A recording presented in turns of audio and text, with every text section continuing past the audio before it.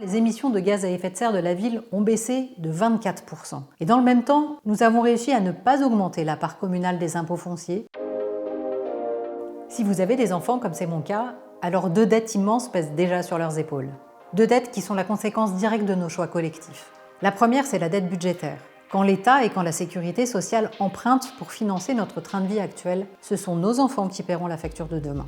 La seconde est encore plus grave selon moi. C'est la dette écologique. En émettant trop de gaz à effet de serre, nous prenons le risque de léguer à nos enfants un monde où le dérèglement climatique sera hors de contrôle.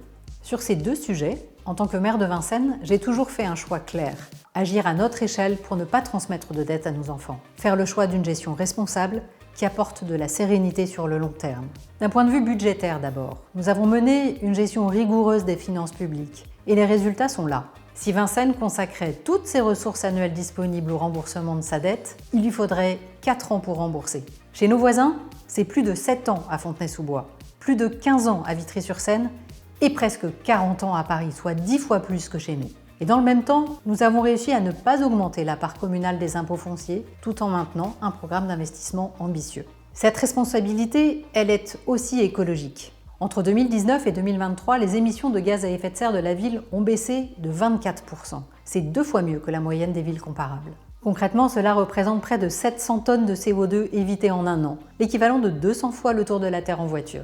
Ces résultats ne sont pas le fruit du hasard, ils sont le résultat d'investissements ciblés et de pactes construits avec les Vincennois. Le pacte éco-citoyen, le plan vélo et mobilité douce, le plan de sobriété énergétique et bien sûr nos investissements pour la rénovation thermique de nos équipements.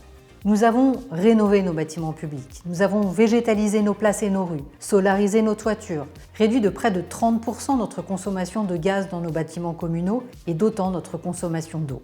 Nous avons aussi lutté contre le gaspillage, avec plus de 45 tonnes de déchets valorisés par le compostage ou la méthanisation. Responsabilité budgétaire et responsabilité écologique, pour moi, tout va ensemble. Tout faire pour que nos enfants ne paient pas demain la facture de notre mode de vie d'aujourd'hui. C'est le cœur de ce que nous avons fait à Vincennes pendant 6 ans et c'est ce que nous voulons continuer à faire pour les 6 prochaines années.